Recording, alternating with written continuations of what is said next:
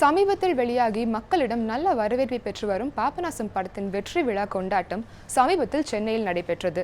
பாபநாசம் படத்தில் நடித்த கலைஞர்களான கமலஹாசன், கௌதமி, ஆஷா சரத், படத்தின் இயக்குனர் ஜித்து ஜோசப் ஆகியோர் இந்த நிகழ்வில் பங்கேற்று பாபநாசம் படத்தை வெற்றியடைய செய்த ரசிகர்களுக்கு தங்களது நன்றிகளை தெரிவித்தனர்.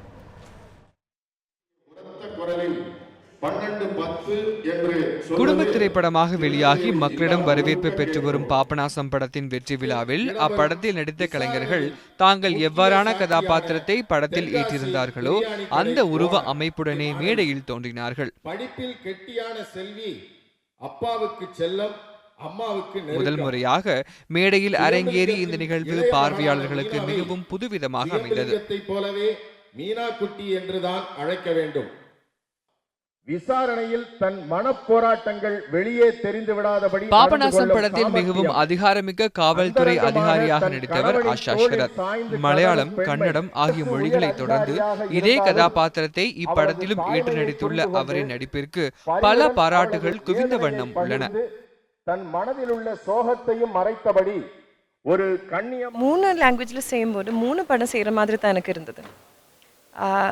Because of the heroes, especially script is the same, but மலையாளத்தில் லால் சார் செய்தாங்க, கன்னடாவில் ரவிச்சந்தர் சார், அண்ட் தமிழில் கமல் சார் செய்தாங்க. ஸோ அவர் அந்த கேரக்டரை எப்படி கன்சீவ் பண்ணுறதோ, அவர் எப்படி அந்த கேரக்டரை அபிநயிக்கிறோம், அதுக்கு தானே நம்ம ரியாக்ஷன் கொடுக்குறோம். So I never felt I'm doing the same movie in 3 languages. Different movies I felt. Especially the language is totally different like that. திரைக்கதையை எழுதியவர் கமலுடன் 3வது முறையாக பணிபுரிந்த சந்தோஷத்தில் உள்ளார் ஜிப்ரான். ஜிப்ரானது திரை வாழ்க்கையில் முதல் முறையாக மாறுபட்ட இசையை இப்படத்தில் வழங்கியுள்ள அவர், உத்தமவில்லன் திரைப்படம்தான் பாபநாசத்தை விட மிகவும் சவாலான இசை பணிகளை கொண்டது என்று கூறினார். ஏன்னா விஸ்வரூபம் 2 ஒரு மாதிரி இருக்கும், அண்ட் உத்தமவில்லன் அது டோட்டலி வேறு மாதிரி ட்ரை பண்ணியிருந்தோம். ஏன்னா ஒரு சிம்ஃபோனிக் ஆர்கெஸ்ட்ரல் மியூசிக் மிக்ஸ் பண்ணி. பட் பாபநாசம் ஏன்னா இது டோட்டலாக இது ரெண்டுமே இல்லாமல் ஒரு நேட்டிவான ஒரு விஷயம். டக்குன்னு நாங்கள் எல்லாத்தையுமே கட் டவுன் பண்ணி ரொம்ப சிம்பிளாக சொல்லணும், சிம்பிளிஃபைடாக ஒரு விஷயம் இருக்கணும். அண்ட் கதை போகிற மாதிரி சின்னதாக ஆரம்பிக்கும் ஒரு விஷயம் படத்தில், தென் அப்புறம் அது பில்டப் ஆகிற மாதிரி மியூசிக்கும் இருக்கணும் அப்படின்னு சொல்லி பிளான் பண்ண ஒரு விஷயம். But comparatively Uttama Villain was more complicated even in all the 3 films. கமலின் அடுத்த படமாக உருவாகி வரும் தூங்காவனம் படத்திலும் இணைந்துள்ள ஜிப்ரான் அப்படத்தை பற்றிய செய்திகளை கூற கேட்டதற்கு சிரிப்புடன் மறுத்துவிட்டார். அது இப்போ I should not. Wait for 2 months. Okay, thank you.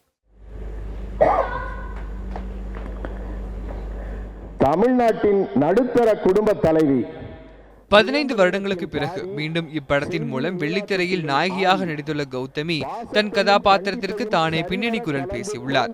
பின்னணி குரலில் கௌதமி பேச வேண்டும் என்ற எண்ணத்தை நிறைவேற்றிய பாபநாசம் அவரது திரை வாழ்க்கையில் மிகவும் பிரத்யேகமான திரைப்படமாக அமைந்துள்ளது. ஏன்னா எனக்கு ஆரம்பத்தில் குரு செஷன் டைமில் நான் இண்டஸ்ட்ரிக்கு வந்தபோது தமிழ் தெரியாது. எனக்கு கொஞ்சம் பேசுவேன்னு கூட என்னால் சொல்ல முடியாது. Because I just did not know Tamil at all. So but அது ரொம்ப உறுத்தம் எனக்கு. என்ன இந்த மாதிரி இங்கே நடிச்சிட்ருக்கோம், இந்த இண்டஸ்ட்ரி எனக்கு அவ்வளோ பிடிச்சிருக்கு, என்னை அவ்வளோ வரவேற்பு கொடுத்து மக்கள் என்னை அவ்வளோ லிட்ரலி ஓன் பண்ணிக்கிட்டாங்க. So I feel very bad, how can I not talk this language அப்படிங்கிற ஒரு இது எப்போவுமே ஃபீலிங் ஆரம்பத்தில் இருந்திருக்கு எனக்கு. ஸோ நான் நடிச்சிட்ருக்கிற வரைக்கும் பிஹைண்ட் த சீன்ஸ் எனக்கு லாங்குவேஜ் நான் ஓரளவுக்கு கற்றுக்கிட்டேன். And but at the same time இந்த மாதிரி ஒரு நேட்டிவ் கேரக்டர் என்னால் கரெக்டாக டப்பிங் பண்ணி எனக்கு நானே நிரூபிக்கிற வாய்ப்பு கிடைக்கலையேன்னு கொஞ்சம் வருத்தமாக தான் இருந்தது. ஸோ இந்த வாய்ப்பு கிடைச்சப்போ நான் கேட்டேன், நான் டப்பிங் பேசினா கரெக்டாக இருக்குமா அவங்களுக்குன்னு கேட்டதுக்கு எல்லோரும் எஸ் சொன்னாங்க. Okay, I will try it.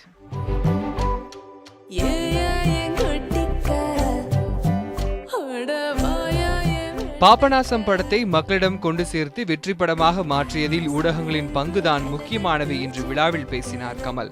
அதேபோல் இப்படம் தமிழில் உருவானால் தான் நடிக்க வேண்டும் என்ற எண்ணத்தை கூறிய மோகன்லாலிற்கு தனது நன்றிகளையும் தெரிவித்தார் கமல்.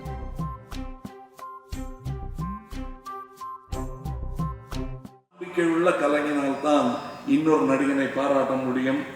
நான் இந்த படம் பார்த்து அதை செஞ்சிட்டேன். ஆனால் மோகன்லால் அவர்கள் சொன்னதாக நான் கேள்விப்பட்டது. நண்பர்களும் சிலர் அதற்கு இந்த படம் பண்ணால் கமல் பண்ணதான் நல்லா இருக்கும்னு அவர் சொல்லியிருக்காரு. அந்த பெருந்தன்மைக்காகவும் பரிந்துரைக்காகவும் நான் நன்றி சொல்ல கடமைப்பட்டிருக்கிறேன்.